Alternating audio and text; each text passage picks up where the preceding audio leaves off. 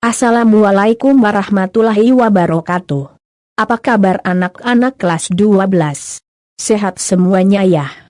Hari ini kita akan melanjutkan pelajaran sejarah Indonesia untuk kelas 12. Materinya adalah pergolakan masa akhir Orde Baru. Silahkan kalian simak baik-baik video pembelajaran ini. Pergolakan masa akhir Orde Baru. 1. Krisis multidimensional. 2. Tuntutan reformasi. 3. Gerakan reformasi. 4. Pengunduran diri Presiden Soeharto. Krisis multidimensional. 1. Krisis ekonomi, yaitu menurunnya nilai tukar rupiah terhadap dolar Amerika Serikat, macetnya dunia usaha hingga meningkatnya jumlah pengangguran. Rupiah yang berada pada posisi nilai tukar Rp2.500 per dolar Amerika Serikat terus melemah menjadi Rp17.000 per dolar Amerika Serikat pada bulan Januari 1998. 2. Krisis sosial, yaitu meningkatnya tindak kriminal, terjadinya kerusuhan dan penjarahan serta meningkatnya kecemburuan sosial. Pada awal 2008 di sejumlah kota terjadi anti-Cina. Kelompok ini menjadi sasaran kemarahan masyarakat karena mereka mendominasi perekonomian di Indonesia. 3. Krisis politik, yaitu munculnya dualisme dalam tubuh Partai Demokrasi Indonesia, kemenangan mutlak Golkar dalam pemilu 1997, pelantikan Soeharto sebagai presiden untuk yang ke-7 kalinya. 4. Krisis hukum, yaitu adanya intervensi terhadap pejabat kehakiman hukum dijadikan alat pembenaran penguasa, hingga maraknya rekayasa dalam proses peradilan. 5. Krisis kepercayaan, ketidakmampuan pemerintah membangun kehidupan politik yang demokratis dan menegakkan supremasi hukum serta kebijakan yang tidak berpihak pada rakyat. Reformasi adalah gerakan untuk mengubah bentuk atau perilaku suatu tatanan, karena tatanan tersebut tidak lagi disukai atau tidak sesuai dengan kebutuhan zaman, baik karena tidak efisien maupun tidak bersih dan tidak demokratis. Reformasi atau mati, demikian tuntutan yang ditorehkan oleh aktivis mahasiswa pada spanduk yang terpampang di kampus mereka melalui kegiatan unjuk rasa pada akhir 1998. Tuntutan reformasi. 1. Suksesi kepemimpinan nasional. 2. Amandemen UUD 1945. 3. Pemberantasan KKN. 4. Penghapusan duifungsi ABRI. 5. Penegakan supremasi hukum. 6. Pelaksanaan otonomi daerah. Gerakan reformasi mahasiswa. Jakarta. Aksi pertama dilakukan oleh mahasiswa Universitas Indonesia pada hari Kamis 19 Februari 1998. Aksi mahasiswa juga dilakukan oleh mahasiswa Trisakti, UIN Jakarta dan hampir seluruh mahasiswa dari berbagai kampus di Jakarta. Yogyakarta. Aksi mahasiswa Yogyakarta awalnya dilakukan dengan membuat tanda-tanda keprihatinan. 5 Mei 1998 mahasiswa Universitas Gadjah Mada mulai bergerak menyampaikan protes. 8 Mei 1998 demonstrasi mahasiswa Yogyakarta mencapai puncaknya.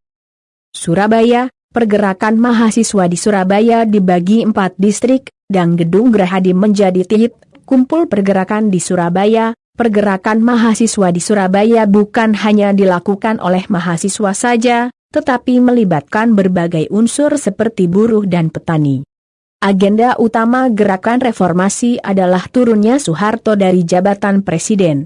Berikut kronologi beberapa peristiwa penting selama gerakan reformasi yang memuncak pada tahun 1998.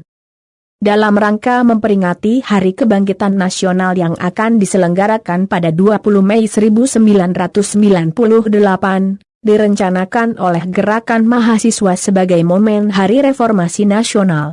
Namun ledakan kerusuhan yang lebih awal dan di luar dugaan di 12 Mei 1998, 4 mahasiswa Trisakti tewas tertembak peluru aparat keamanan pada saat demonstrasi menuntut Presiden Soeharto mundur.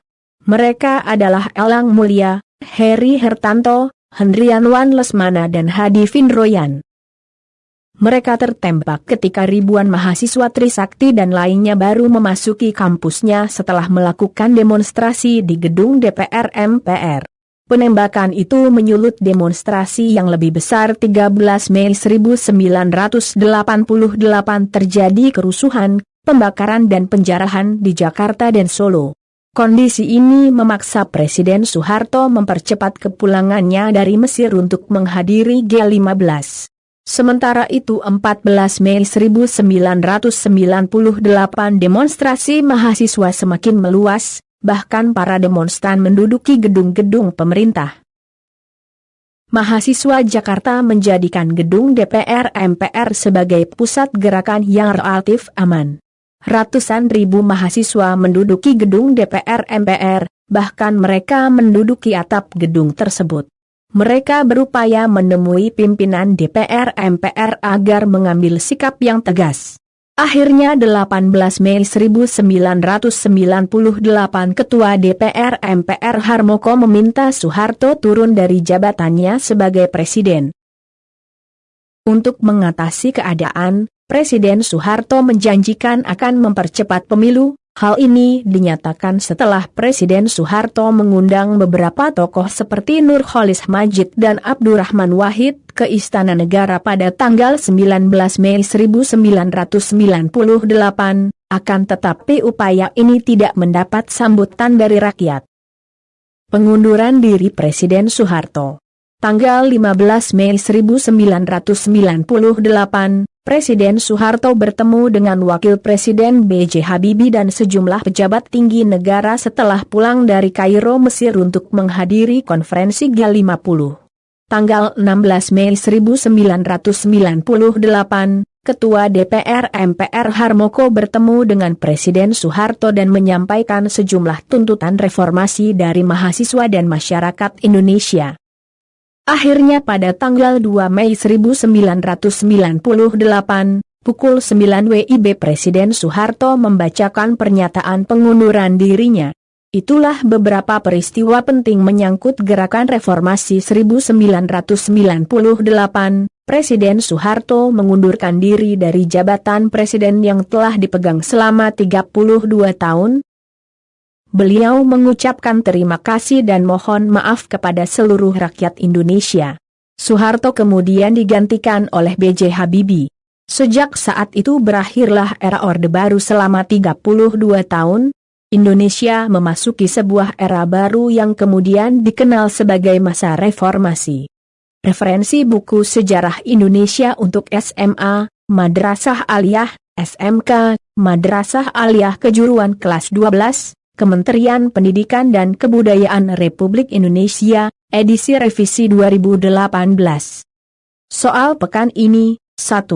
Sebutkan krisis yang terjadi pada akhir masa Orde Baru. 2. Sebutkan tuntutan reformasi.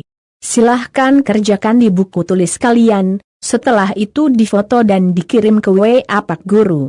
Ditunggu 2 jam dari sekarang. Demikianlah pembelajaran hari ini. Semoga bermanfaat. Terima kasih. Untuk kalian tetap semangat walaupun belajar dari rumah. Wassalamualaikum warahmatullahi wabarakatuh.